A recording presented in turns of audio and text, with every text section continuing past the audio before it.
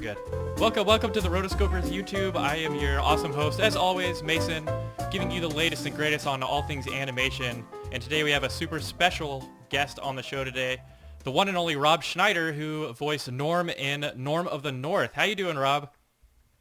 I'm good, Mason. Thanks for having me. Yeah, Glad you have your own show. Oh yeah, It's absolutely, cool. man. We love having you. Now, okay, so Norm of the North, I will confess, I watched it today to prepare, so it's like fresh on my mind, which I think is actually a good thing. Glad you got ahead of the curve there, Norm. I'm sorry? I'm glad you got ahead. I'm glad you got out there ahead of the curve. Hey, so Norm of the North, if I'm not mistaken, is the first theatrically released animated film that you've been the star of.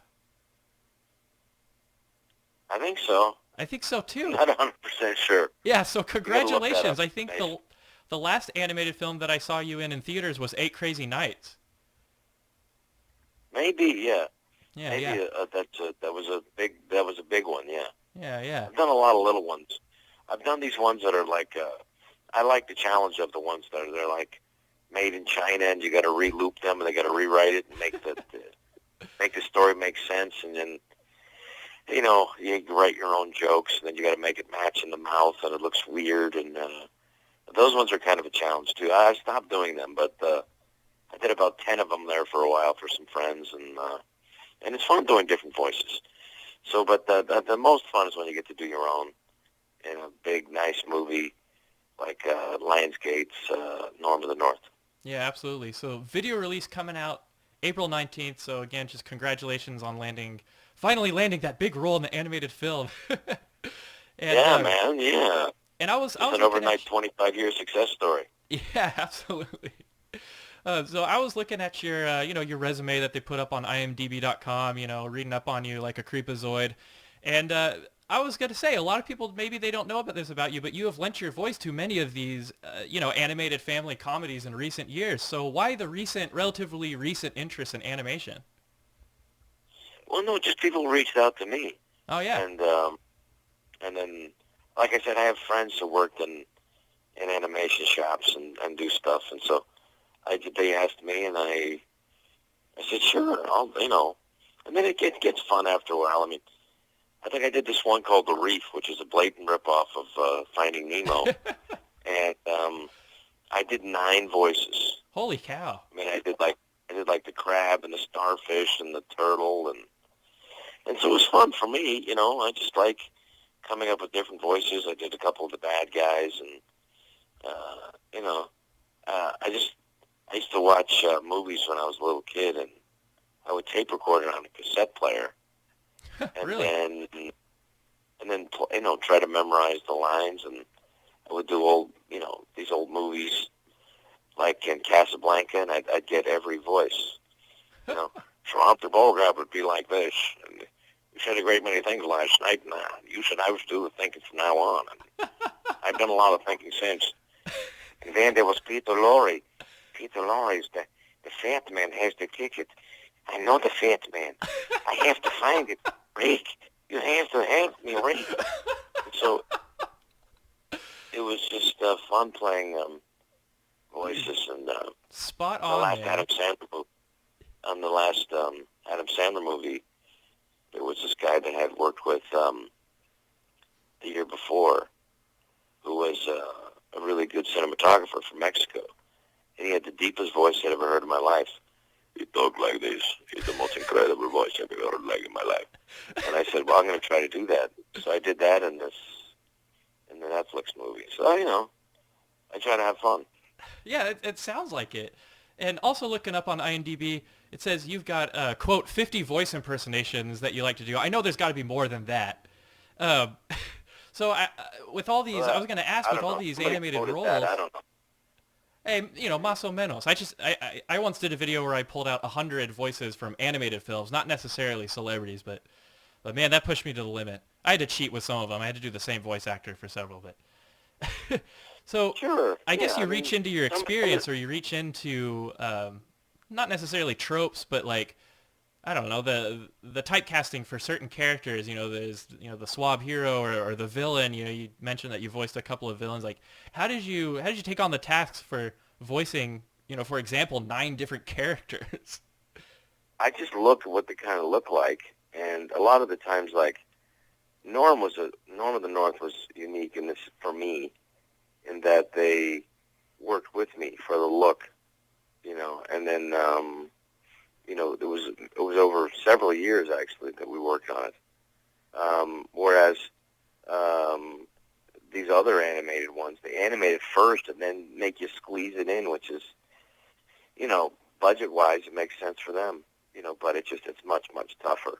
Yeah, So yeah. I just have to kind of go off what they look like, and then, whether I try to make one sound like Edward G. Robinson or Christopher Walken or and no one sued me yet, but sometimes they look like this, so, so Yeah, I see? make it sound like that. I do that, and I do that, so, I like it. And, and then you did the classic, run-of-the-mill Christopher Walken impression. And then, you don't think about it too much. You just kind of dive in there and move on to the next one. Yeah, absolutely. Well, you're successful in show business when they start suing you. It's when you're dead that's the other level, right? That's true. You're 100% right. You're successful in show business. A director told me that once, when you start getting sued. And it does happen, because there's a lot of people who are jealous and people who don't have success, and they're crazy. There's also people who are crazy in this business. Yeah, yeah.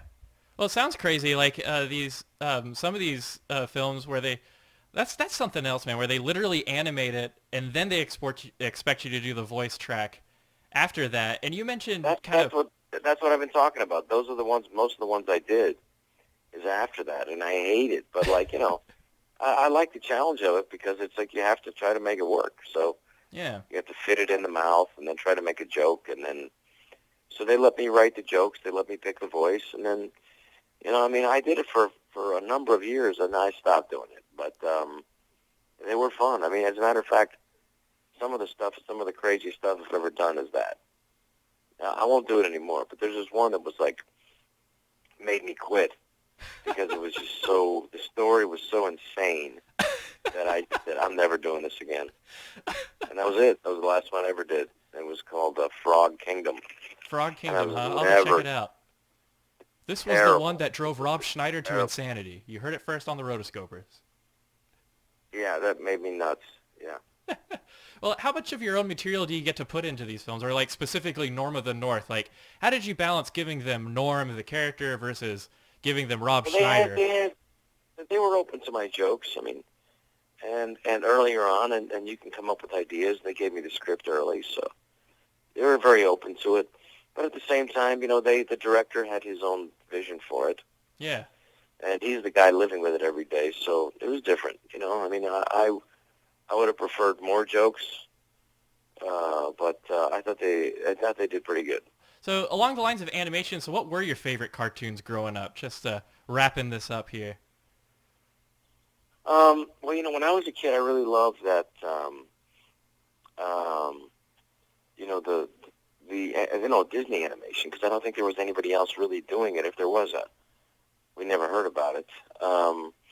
So, Jungle Book was very magical. Pinocchio was one of the great ones that, this is before you had to see it in the movie theater. Yeah, yeah. Before, DVDs or video. And, the usual Disney ones that would come out, we would go see. Yeah, good deal. They weren't quite as often as they have. I think Disney, died in '66, so I think the company was in a bit of disarray after that. And then, now that they acquired Pixar, and they're coming out with one every 6 months or so, maybe sometimes even more. Oh yeah, yeah. And they're great. Yeah. Every once in a while you come up with something that is just that even for me, that I really enjoy. Because we have a 3-year-old, and she really enjoys movies like Tangled, and which is a brilliant film. Yeah, yeah. Which does she like better, Tangled or Frozen? WALL-E. I think WALL-E. Oh yeah, WALL-E. Amazing. That was an incredible, creative, imaginative work. Yeah. And I think some of the better some of the more creative things, because you can really make your own palette, your own universe, and I thought that was particularly brilliant. Yeah, yeah. I mean, I'm the same And way. also just, reinventing, some of Hans Christian Andersen's work. I mean, the Ice Princess or the Ice Queen, making it frozen. Yeah. I thought that was brilliant. I thought that it's an incredible combination of very nice music from the team from Avenue Q to, some more classical looking animation that kind of mixes in with, what Pixar does best, which is, making things look so alive so that the audiences are used to it. Yeah, absolutely. That's what, Walt Disney originally was dismayed from the fact that after he did Snow White 2 years later, it's like, people are used to that now. It was so magical, but then they get used to it. And then the audience is like, okay, what else? Yeah. It's like, what else? We just started this, he was the first one to ever do an animated feature. How incredible is that? Yeah. What about Zootopia? Did you see that one recently? Yes, I did. I really liked it. I didn't love it. I liked it a lot, though. I thought there was some really creative, nice stuff there. Yeah. I think strictly from an art... I didn't think about it much after, but I think it is creative. There's some good stuff in that one. Yeah, I was blown away by just the art and animation of it, just how real all those characters looked. And you're right, it animation has come a long way, and there's so much of it now. I hate to use the buzzword content, but there's just so much content, and it's really elevated into this phenomenon. And I still think it has.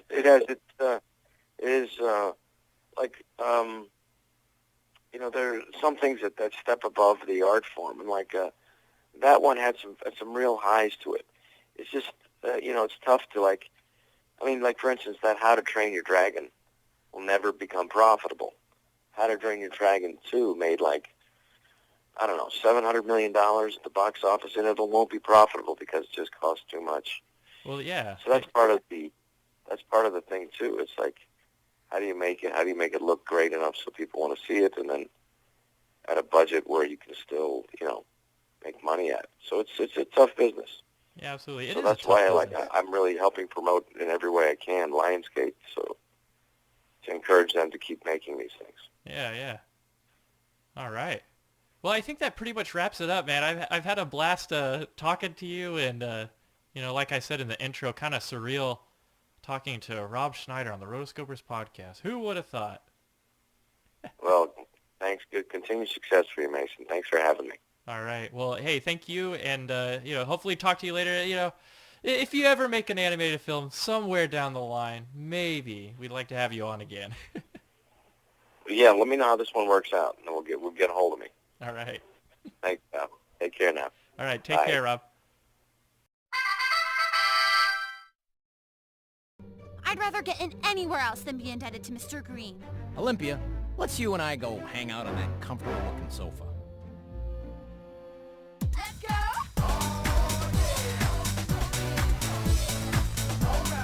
I'm assuming you got the floor plans to your new condo. I counted 35 speakers. Yo!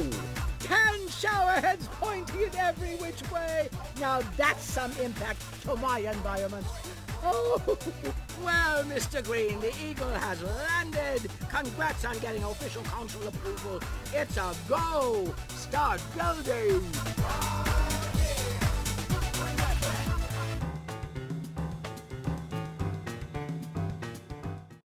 Guys who think that they are all that in a bag of chicks. They're all that in a bag. They probably have a bag of They chicks. probably have a bag of chicks. So they're just like,